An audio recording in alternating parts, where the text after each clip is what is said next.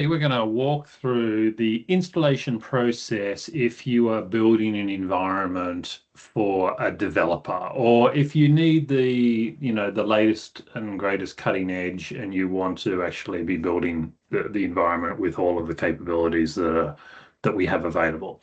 So, starting with our standard GitHub repository, if we scroll down, we are going to have a Teradata environment. We're going to build up our server and we are going to run a particular client against that server. And in our particular case, we're going to use the Claude client, but you can use any client you like. As you come down through the main README, you'll see what all of the tool sets look like, and you can click through those as you like. There is a quick start here. We are not going to use the quick start. This quick start is for a different kind of purpose. We are going to come down to the installations instructions, and you will see that there are three main sets of instructions. The first one is making sure that you have a Teradata environment. If you don't have a Teradata environment, click on the Teradata ClearScape experience and you can sign up and you can get an environment, which is precisely what I have done here. So I have a Teradata ClearScape experience environment and you can see that it is running. The second step is we are going to need to install our MCP server. So we are going to come into the MCP server, README, and you will notice that whilst there is a number of different quick starts, again, we are not going to use those quick starts. We are going to come straight down and really look at the fact that there is server guides for getting started, for installation, configuration, architecture, customizing, and security. Encourage you to have a look. I'm going to jump straight into the installation guide. And within the installation guide, we are going to not be using method one. We've got a video elsewhere that is showing method one and installing it. I'm not doing a Docker build. So I am coming all the way down to how you build out a more traditional environment. Actually, we're going to use this method 4, build from source, the contributors. So if you are doing this and building from source, we kind of expect that you already know that you have to have Python 3.12 or greater, you have to have UV installed, you have to have Git installed. And the first thing we do is we are going to clone the environment from the GitHub. So and when you clone the environment from the GitHub, you want to be in a directory where you want this to be installed. I'm going to go into this MCP directory, and if I clone the environment, it is going to reach out to the GitHub repository and it's going to pull down all of the files within the GitHub repository, which takes a moment or two. There's a few files there, and once all of those files have been pulled down, we are going to see that there is a Teradata MCP server directory. So I'm going to move into the Teradata MCP server directory. And within that server directory, you will see that there is all of the files that are in the base component of the environment. And interestingly, that what you are not seeing here yet is the virtual environment. So the next step that you would be doing is creating the virtual environment. So we use a UV sync, and what UV sync does is it takes the Pi project TOML file and it builds out a virtual environment based on that. So I'm going to build out my virtual environment. Now my virtual environment gets built out really quickly because I already have all the packages cached in my system because I do this a lot. But when you do it, it's going to have to download all of those packages. So it'll take a little bit of time, but it's pretty quick. And how you know that you've got it right is that when you look, you should now have a .venv directory. And this is our virtual environment. And because we want to activate our virtual environment, the command on a Mac is to source.venv bin activate. It is slightly different on a PC because I spelled source wrong. Source. And I know that it has activated because I can see the virtual environment is over here. So once I have that virtual environment created, then I should be able to just have a look and see, run the server itself. So a little bit different here because we're going to use a UV run, and then we are going to have the name of the Teradata MCP server. So that's the name of our server. And if we just do a help, we are going to see all of the different commands that are available to help, right? So here's all of the parameters that we have available and what they do. So if I actually want to start my server, I'm going to do the equivalents, UV run Teradata MCP server. But now I'm going to have a slightly different set of flags. And the flags that we are going to use is really these three and the database URI one. So if I start with that, I'm going to start with my MCP transport. And here, this is going to be streamable HTTP. And I'm doing this because the streamable HTTP transport is just becoming the de facto standard, but the actual server standard is standard IO, but where the industry is going is streamable HTTP is really becoming the de facto standard. The second one I want is my MCP host. And in this particular case, I'm going to go with 127.0.0.1. That is the default, but if you were running it on a server elsewhere, then you would need to put that particular IP address. Similarly with MCP underscore port, 8001 is the standard default, but if you're not using the standard default or you're already using 8001, then you can make it 8002 or 8003 and so on. The next one is the database URI. And in this particular case, I'm going to put it in quotes, and the structure is Teradata : / and then the username. And if I come back to my Clearscape, you'll see that my username is demo user.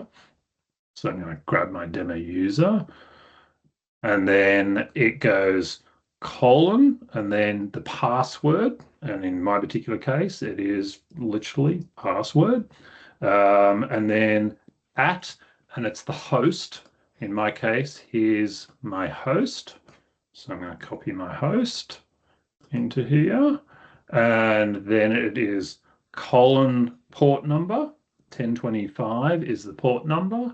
And then it is / and it is default database. Now, default databases in Teradata, if you're not really sure, just use the same as the username because that tends to be the default database. And once I have all of that, then I have all of my database URI. And the last one I'm going to use is the profile. So I'm just going to go with profile all. And it is possible to go and have a look at the configuration document under the server guide, and it'll explain what the profiles do. Really, it gives you a way of turning on and off particular tool sets. But we are going to go with all. And once you've got that, then you are ready to run this.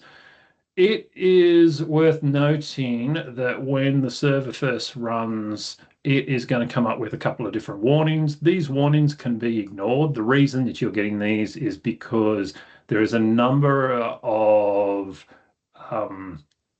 optional modules that I have not run. I'm just running the base modules.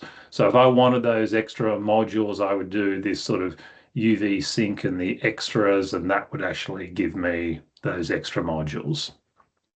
I can also see that I have the name of my server, that it is running streamable. I can see what the endpoint of the MCP server is.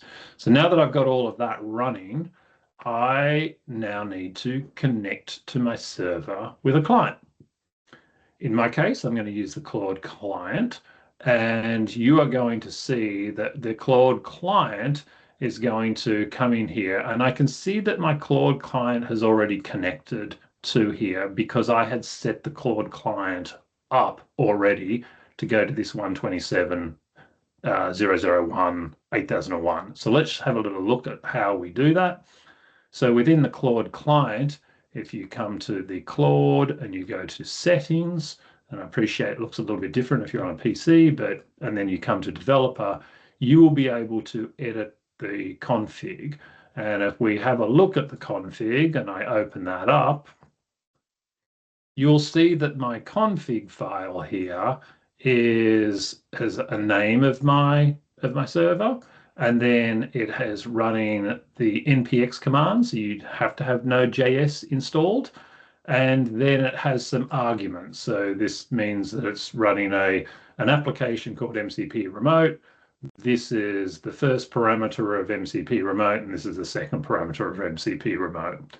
So if you had to add that, then you will need to stop and not just stop or hide, but you need to truly quit Claude Desktop, and then you need to start Claude Desktop again so that it reads that config file.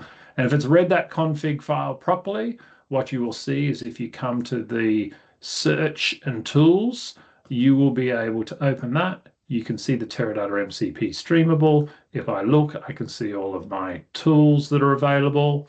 And if I ask it a question like, what databases do I have? Then you're going to see that it is just going to go through, pick out the tool and run the tool. And interestingly, looks like we got an error, and I can see that there is an error. So it thinks that there is no database URI in the settings. So I've clearly done something wrong. So let's have a little look about that. So I'm going to come here and I'm going to quit Claude. I'm going to cancel out of here. I'm just going to have a look at my UV run, because what did I do wrong? Database URI. Oh, I can see why. See where I've got database URI? It should have had 2 dashes. So it is just me getting a bit enthusiastic about my call to the server. So dash database URI. Shame it didn't pick that up before. But now let's run our server again. Our server's running. Let's open up our Claude Desktop. Our Claude Desktop has already got the configuration, and I'm expecting to see the connection. So there's the connection, and again, the tools, and again, what databases do I have? And now, let's, fingers crossed, we can see that our database request is gone, and I can see that my database request is coming back.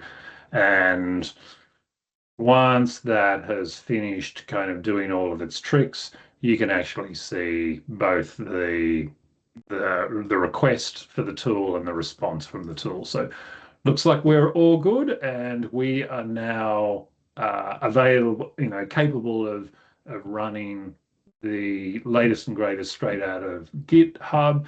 If you wanted to actually have a look at the environment, you would open up your environmental of choice. I am using VS Code. I would go to File. I would go to Open Folder. I would go to where I had that folder, so the Teradata MCP server. I would open that up, and what I can now see is what I already had is here's my directory structure, my virtual environment, my documents, including my developer guide, including my server guides, including my client guides. Um, the actual tools are all within source and tools, and you can see each of the different modules down here. So lots to play with, and for all those developers out there, we look forward to looking at what you build and making contributions back to the community. So with that, thank you very much.